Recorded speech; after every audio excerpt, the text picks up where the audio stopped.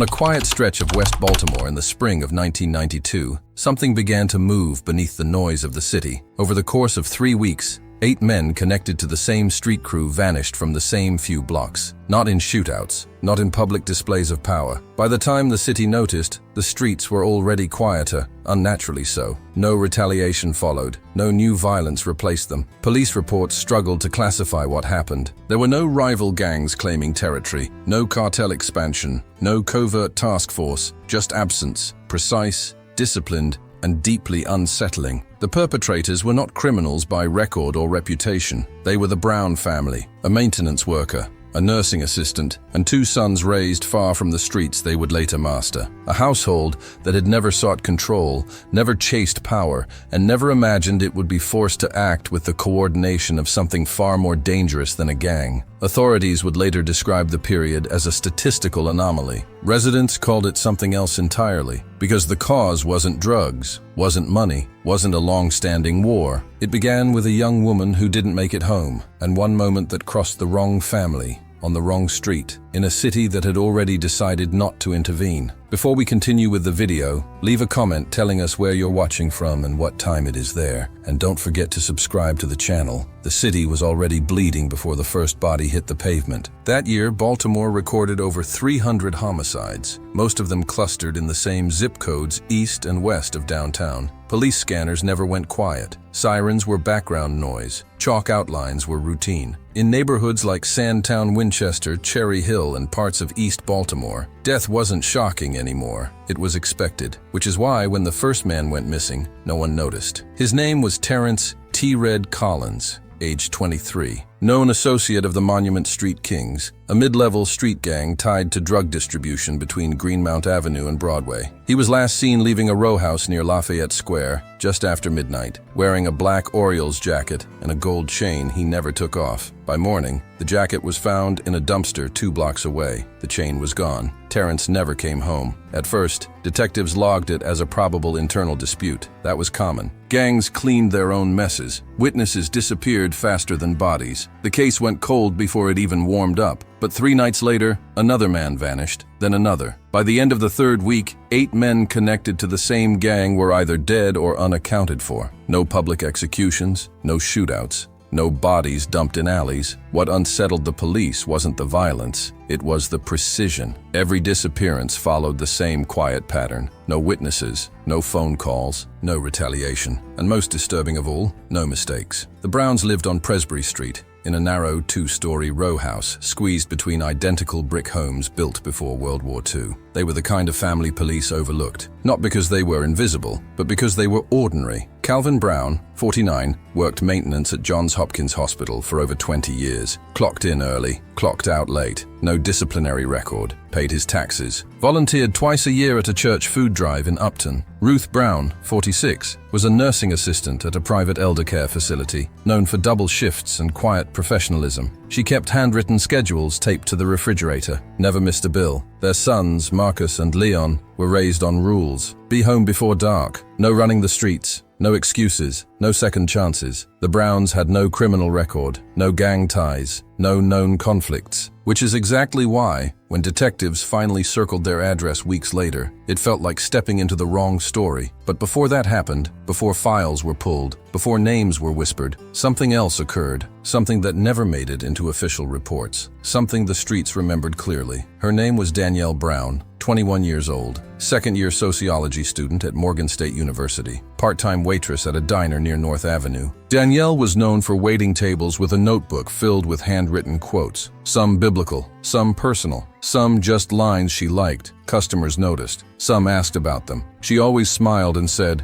"It helps me remember who I am." On April 14, 1992, Danielle finished her shift just after 10 p.m. She never made it home. The police report states that Danielle Brown was caught in a crossfire incident involving unknown suspects. The location was listed as the corner of Pennsylvania Avenue and Lawrence Street, an area already flagged by the Baltimore Police Department as high risk following a spike in drug-related violence. That explanation satisfied the paperwork. It didn't satisfy the Browns, because witnesses, the kind who never speak officially, told a different version. They said Danielle wasn't in the wrong place at the wrong time. They said she was followed. They said she was targeted. According to 3 separate street accounts later collected by an independent journalist, Danielle had been approached weeks earlier by members of the Monument Street Kings. Harassment escalated. Comments turned into pressure. Pressure turned into threats. On the night she died, she was trying to get away. Calvin Brown arrived at the scene before the coroner. He stood behind the tape, didn't shout, didn't collapse, didn't ask questions. Witnesses later recalled something unsettling. He didn't cry. He stared at the pavement, at the blood pooling near the curb, at the broken spine of her notebook,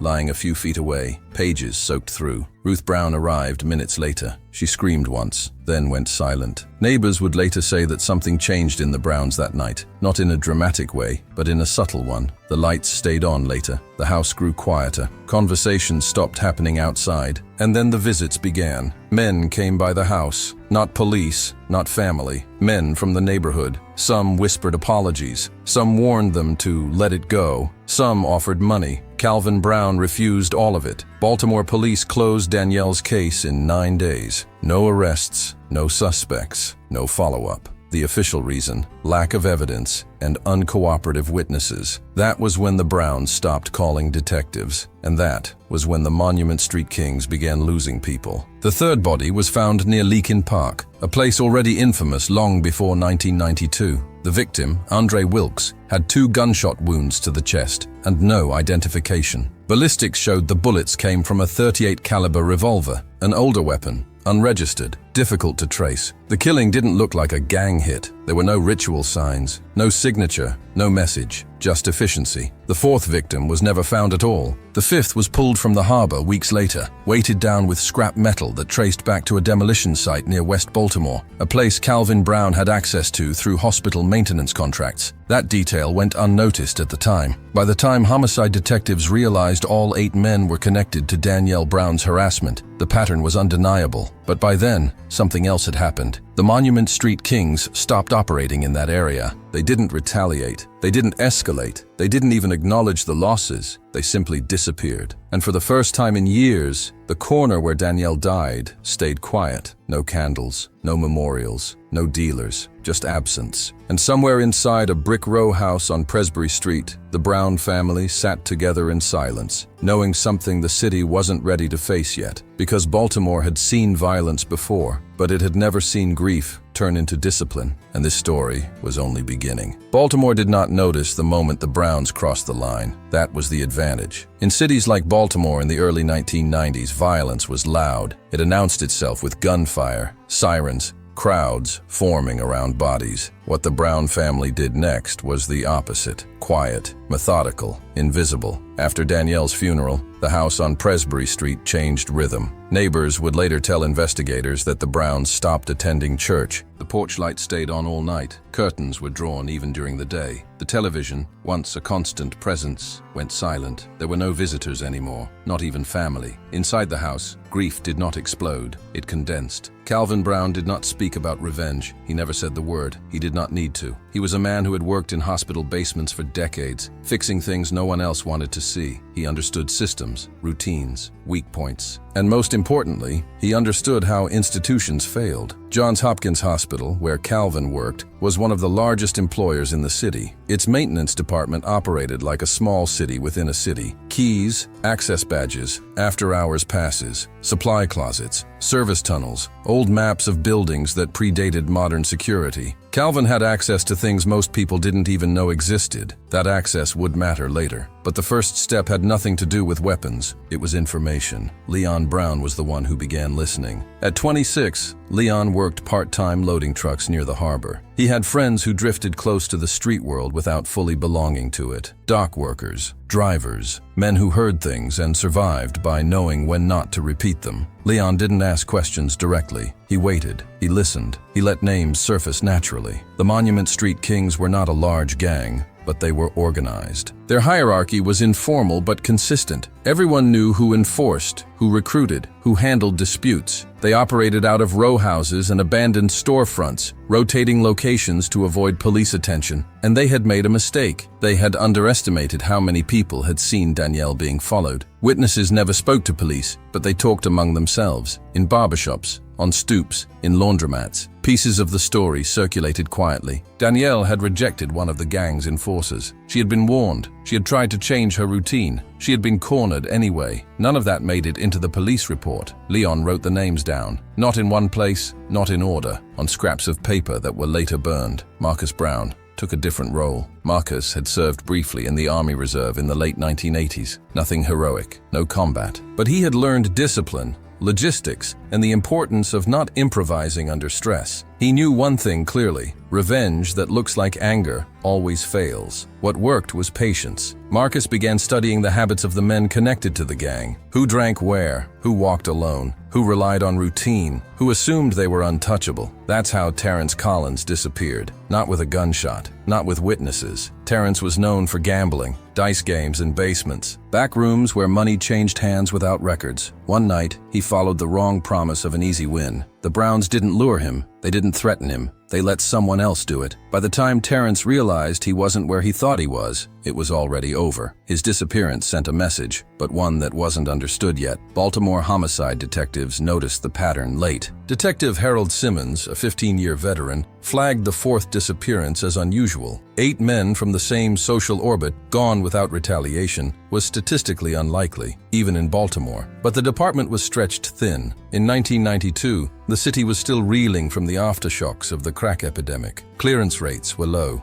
Witness cooperation was nearly non-existent. Political pressure focused on numbers, not depth. Cases like this slipped through. When Simmons requested surveillance resources, he was denied. When he suggested the possibility of non-gang perpetrators, he was laughed off. Families don't do this, one supervisor said. He was wrong. The 5th death forced a reevaluation. When Andre Wilkes surfaced in the harbor, the method didn't match known gang behavior. The weight used to sink the body was improvised but effective. Scrap metal tied with industrial-grade wire, not something easily sourced on the street. Investigators traced the wire to a demolition site in West Baltimore. No arrests followed, but someone in the department quietly noted Calvin Brown's maintenance background. That note went nowhere. Inside the Brown house, the rules were strict. No alcohol, no arguments, no improvisation. Ruth Brown was not a passive figure. She had spent years in elder care watching bodies decline, watching families fall apart under stress. She understood the cost of emotional collapse. Her role was control. She enforced silence. She monitored behavior. She watched for cracks. When Marcus lost sleep, she adjusted routines. When Leon showed hesitation, she grounded him. This was not rage. It was structure. The Browns did not talk about Danielle's death every day. They did not revisit the details obsessively. They treated it like a fixed truth, something that required response, not reflection. And slowly, the city felt the change. Dealers stopped using certain corners. Runners disappeared. Cars avoided streets they once controlled. Rumors spread,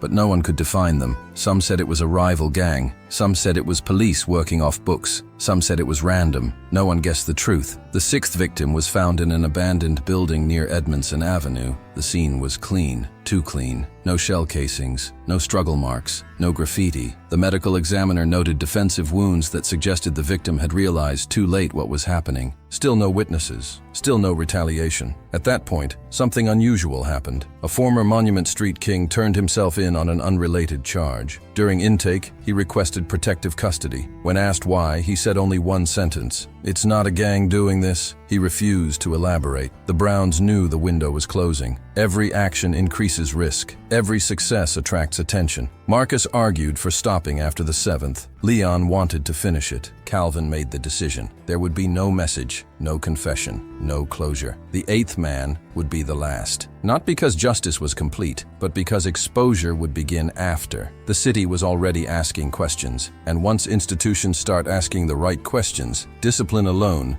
is no longer enough. The Browns prepared for the final step with the same restraint as the first. No celebration, no satisfaction, just completion. Because what Baltimore never understood was this: the Brown family was not trying to win. They were trying to end something. And once it ended, nothing, not the police, not the gangs, not the city itself, would ever be able to put it back the way it was. By the time the seventh man disappeared, Baltimore began to feel something it hadn't felt in years. Unease, not fear in the usual sense, not the sharp panic of random violence. This was different. It was the discomfort of not knowing who held power anymore. Street violence follows rules. Even chaos has patterns. Retaliation creates noise. Noise creates attention. Attention creates arrests. That cycle had defined Baltimore for decades. What the Brown family created had no cycle. It simply removed people. The seventh disappearance happened on June 3, 1992, near the Franklin Street corridor, an area long used as a cut-through between West Baltimore and downtown. The man's name was Darryl "Ghost" Morrow, a lookout who had survived longer than most by staying invisible. Ghost made one mistake. He changed his routine. Instead of staying inside after sunset, he began walking alone, confident, relaxed. The rumor on the street was that whoever was doing the killings had stopped. Ghost believed it. The Browns had not. The plan was clean, too clean, and that was the problem. The location chosen for Ghost was an abandoned printing warehouse scheduled for demolition. The structure was unstable, isolated, and already marked for inspection by the city. It had been used before by squatters and small-time dealers, but recent police pressure had cleared it out. Marcus had done his checks. Leon had confirmed Ghost's movements. Calvin had verified access points. Everything aligned, except timing. What none of them accounted for was the city inspector. At 8:17 p.m.,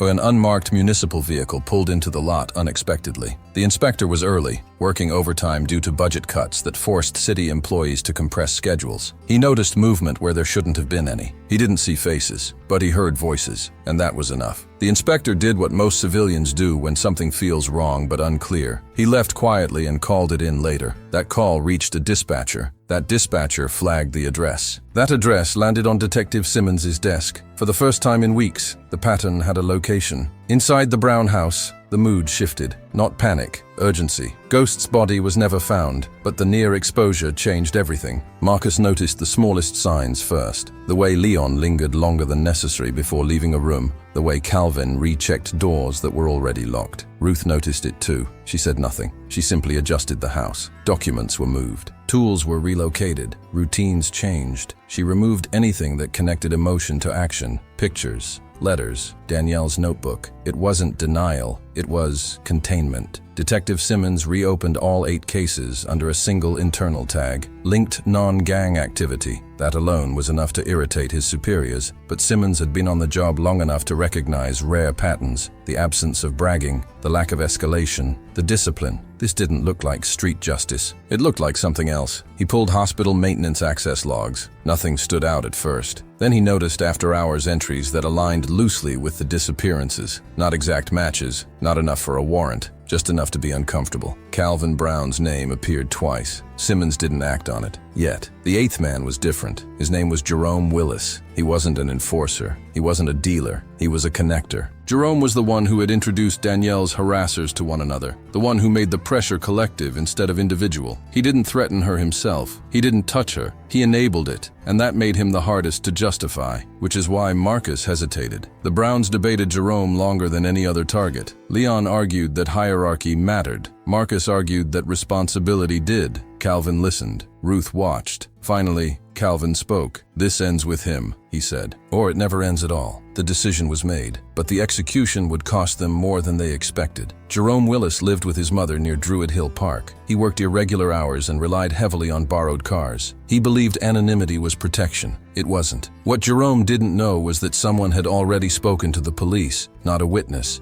not a victim, a survivor. One of the earlier targets, injured but alive, had resurfaced in Anne Arundel County, trying to disappear quietly. He failed. During a routine traffic stop, his name triggered a flag. He was brought in for questioning. He didn't name names, but he confirmed something critical. "It's not about money," he said. "It's about a girl." That sentence changed everything. Simmons requested permission to run background connections related to Danielle Brown. The request was denied. Officially, the department had closed her case. Unofficially, Simmons kept digging. He began canvassing old witnesses. Not officially, off the books. He didn't ask about crimes. He asked about people, who she was, who bothered her, who wouldn't let go. Jerome's name surfaced repeatedly. The Browns did not know the police were this close, but Ruth felt it. She sensed the tightening space, the invisible pressure that comes before collapse. She told Calvin that the 8th had to be the last. No exceptions, no deviations. Jerome was approached on June 19, 1992. Just after sunset. The plan unraveled almost immediately. Jerome fought harder than expected. He screamed, not loudly, but loudly enough. A neighbor noticed movement. A porch light flicked on, and in that instant the Browns did something they had never done before. They rushed. Jerome escaped, barely. He showed up at a precinct an hour later with bruises, torn clothing, and a story he could barely articulate. He didn't describe faces. He didn't give names. He said one thing,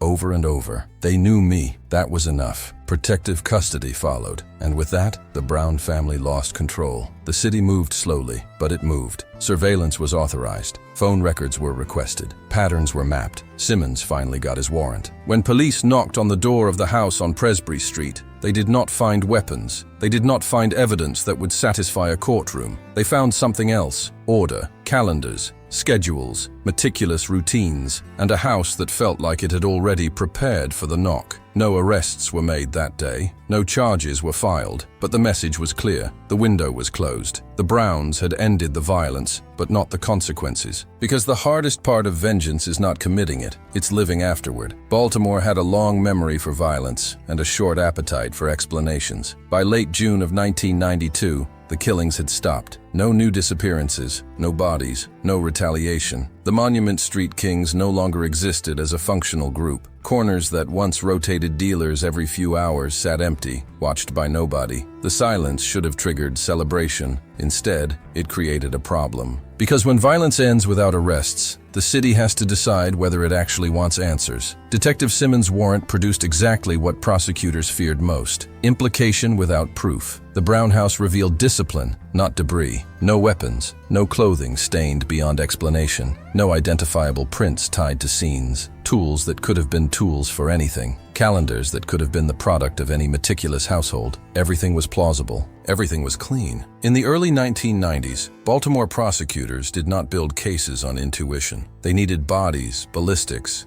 eyewitnesses. They needed something that would survive a courtroom where defense attorneys had learned to dismantle weak homicide cases in minutes. Simmons had pattern. He had motive. He had timing. He did not have certainty, and certainty was expensive. The department faced pressure from multiple directions. Community leaders from West Baltimore quietly requested that the investigation not escalate, not out of loyalty to the Browns, but out of fear that reopening gang-related violence would undo the fragile calm that had returned. City officials were approaching an election cycle. Clearance rates mattered, but so did optics. A case built around a grieving family seeking justice outside the system was not a narrative anyone wanted to own. Privately, more than one official said the same thing. Sometimes the street resolves itself. That sentence never entered a report, but it shaped every decision that followed. Inside the Brown household, the consequences arrived in a different form. Marcus began sleeping during the day. His body never fully rested. The discipline that had sustained him during the planning phase now had nowhere to go. Without purpose,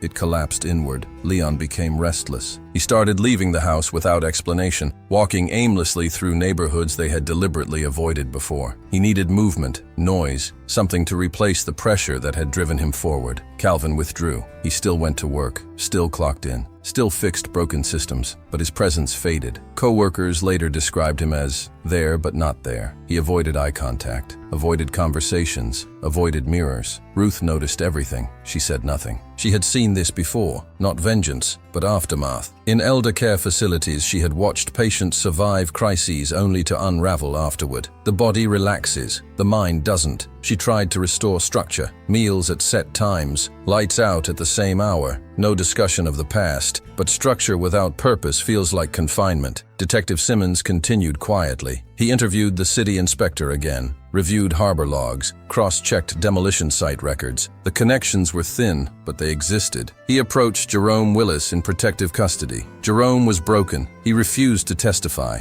refused to identify anyone, refused to revisit the night he escaped. But he said one thing that Simmons wrote down word for word. They weren't like us. They didn't want control. They wanted it finished. That distinction mattered. The prosecutor assigned to the case, Elaine Crawford, reviewed the files in early July. She was known for practicality. She did not chase symbolic convictions. She asked one question, and one question only. Can we win? Simmons didn't answer immediately, because he knew the truth. They could indict, they could pressure, they could force a trial, and they would likely lose. Worse than losing, they would expose a family without delivering justice, and risk reopening a cycle the city had finally escaped. Crawford declined to proceed. The case was downgraded, unofficially shelved. News outlets never connected the dots. The Baltimore Sun reported a decline in gang activity along Pennsylvania Avenue. Community columns praised grassroots stabilization. No names were printed. No investigations highlighted. Danielle Brown's name appeared once more, briefly,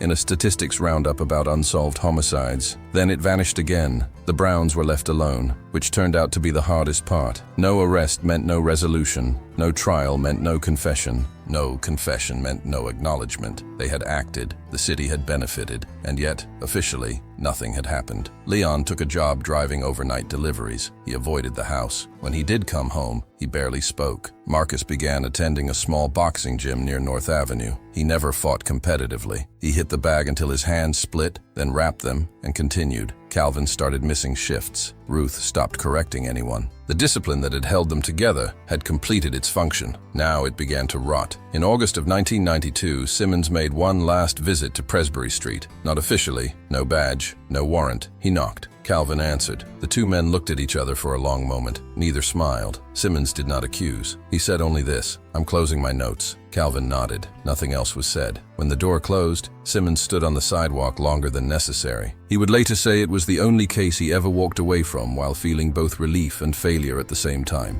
The city moved on. Crime statistics shifted. New gangs formed. Old ones faded. Baltimore did what it always did, adapted. But the Browns did not move on, because vengeance doesn't restore what was lost. It only stops the bleeding, and when the bleeding stops, you're left to face the wound. By the end of the year, the Brown family was no longer a unit. They still lived under the same roof. They still shared meals. They still followed routines. But something essential had fractured. Not guilt, not regret. Distance. They had crossed a line together and crossed back alone. In the neighborhoods where the Monument Street Kings once operated, people spoke of 1992 as a turning point. Not loudly, not with pride, just as a fact. The year the streets went quiet, and no one ever asked why. By the fall of 1992, Baltimore had rewritten the story without writing it down. The statistics showed improvement. Certain corners stayed empty. Calls for service declined in a narrow band of West Baltimore that analysts would later label an anomaly. No task force was formed to explain it. No academic paper tried. The city accepted the outcome and moved forward. The Brown family stayed where they were. That too was a decision. Leon Brown was the first to drift permanently. His overnight delivery job became a pretext. Long routes,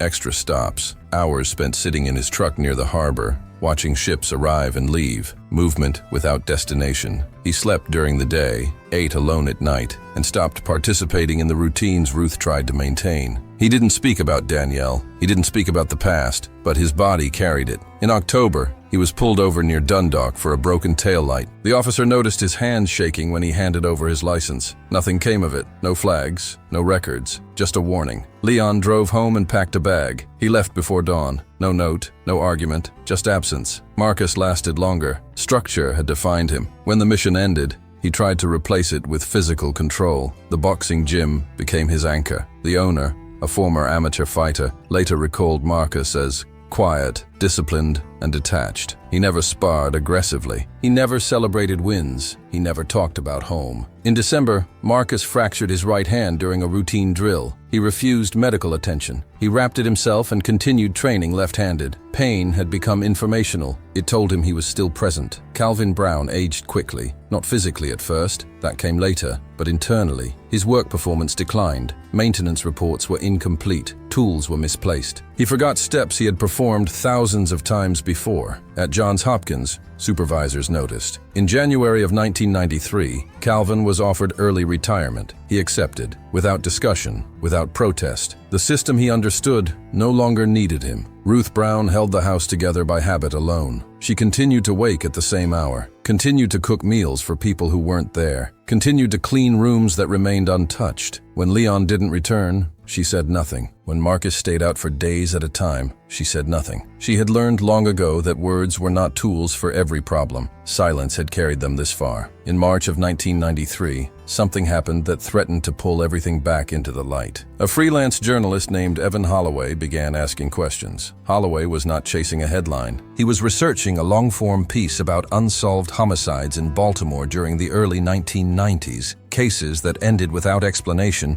yet coincided with measurable shifts in neighborhood behavior. He didn't have names. He didn't have conclusions. He had curiosity. Holloway traced patterns. He noticed the Monument Street King's sudden collapse. He noticed the lack of retaliation. He noticed that the decline began days after the death of a young woman whose case had been closed unusually fast, Danielle Brown. He requested police files. He was denied. He spoke to residents. He spoke to former gang associates. He spoke to hospital workers who remembered Calvin Brown as a reliable, unremarkable employee. Nothing he gathered was enough to publish, but it was enough to raise questions. Detective Simmons heard about Holloway through an informal channel. He reached out, not to stop him, not to guide him, to warn him. Simmons explained without details that the case he was circling had consequences that extended beyond journalism. He advised Holloway to choose another angle. Holloway listened and walked away. Later, he would say that some stories don't want witnesses. They want to remain absorbed into the city's muscle memory. The Browns never knew how close exposure came. That ignorance preserved them, but it did not restore them. In the summer of 1993, Marcus left Baltimore. He took a job with a private security contractor operating out of Virginia. The work was legal, mundane: warehouse patrols, access control, surveillance monitoring. It suited him. Rules, boundaries, predictable threats. He called home once. The conversation lasted under 2 minutes. Ruth asked if he was safe. Marcus said yes. They didn't speak again. Calvin's health declined in stages. First sleep issues, then memory lapses, then tremors. Doctors diagnosed him with stress-related complications. No mention of trauma, no mention of grief. Medical language remained neutral. He began sitting on the porch in the evenings, watching the street, not out of fear, out of habit. Neighbors nodded. Some avoided eye contact. Some showed quiet respect. No one spoke. Ruth maintained the house, but something shifted. She began organizing Danielle's things again. Not emotionally, methodically. Clothes folded, books catalogued. The notebook dried long ago, its pages warped but legible. She read it once, then placed it back. Years passed. The Brown family dissolved without a formal ending. Leon never returned to Baltimore. Marcus built a life structured around distance. Calvin became a man defined by waiting. Ruth remained, anchored by responsibility alone. No charges were filed. No confessions emerged. No documentaries were produced. In 1998, Baltimore published a retrospective crime report covering the previous decade. A footnote mentioned an unexplained drop in violent activity in a narrow West Baltimore corridor during 1992. Analysts cited unknown social factors, no names, no causes. Danielle Brown's case remains officially unsolved. Her name appears in databases, her age frozen, her file thin. But in the neighborhoods that remember, the story survived differently, not as legend, not as warning, as a fact. The Browns did not speak of what they did. The city did not ask. And in that mutual silence, a boundary formed, one neither side chose to cross. Because some acts do not seek recognition, they seek finality. Only one question remained unanswered. Not for the police, not for the city, for the family. Did the end justify the absence that followed? No one ever recorded the answer. Baltimore did not mark the end of the Brown family with headlines. There was no final arrest, no late confession, no courtroom revelation years later. The ending came the way most things end in cities like this, quietly,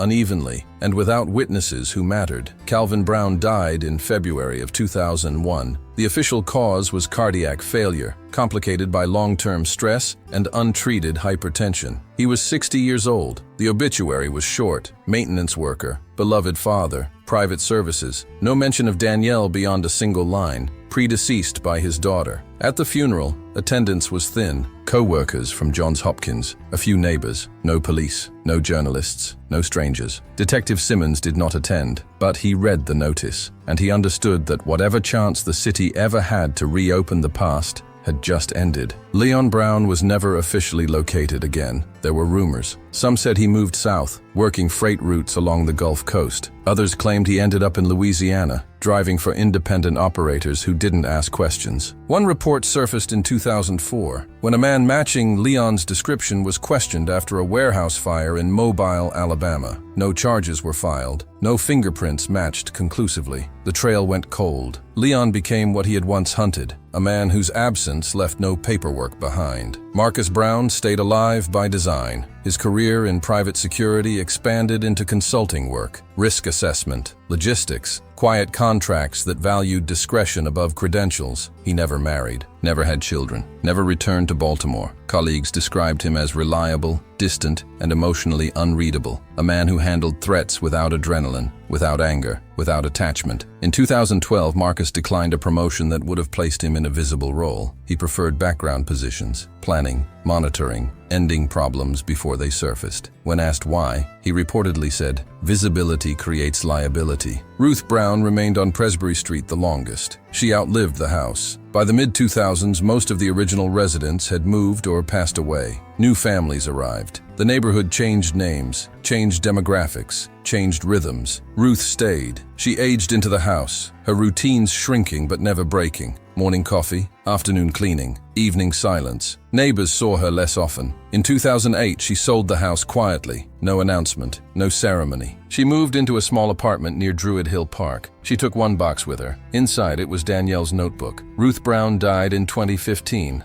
At the age of 69. No obituary was published. Her death certificate listed no surviving children. That was technically true. By then, Baltimore had reinvented itself twice. New crime strategies, new police leadership, new statistics. The early 1990s were treated as a closed chapter, a violent era overcome through policy, community action, and time. No one credited the Browns. No one blamed them either. The city absorbed the outcome and forgot the cause. Detective Simmons retired in 2010. During his exit interview, he was asked if there were any cases that stayed with him. He paused, then he said no. But years later, in a private conversation recorded by a former colleague, Simmons admitted there was one file he never destroyed. Not because he planned to reopen it, but because it reminded him that sometimes justice and legality part ways, and cities survive by pretending not to notice. In academic circles, the period is now described as an example of informal social correction. The term appears in journals, in lectures, in theories. It never appears with names. Danielle Brown's grave is modest. No epitaph, no explanation, just dates. Occasionally, flowers appear without cards. No one has ever claimed responsibility for them. The Monument Street Kings no longer exist, not even in memory. Young men who grew up on those blocks in the late 1990s barely recognize the name.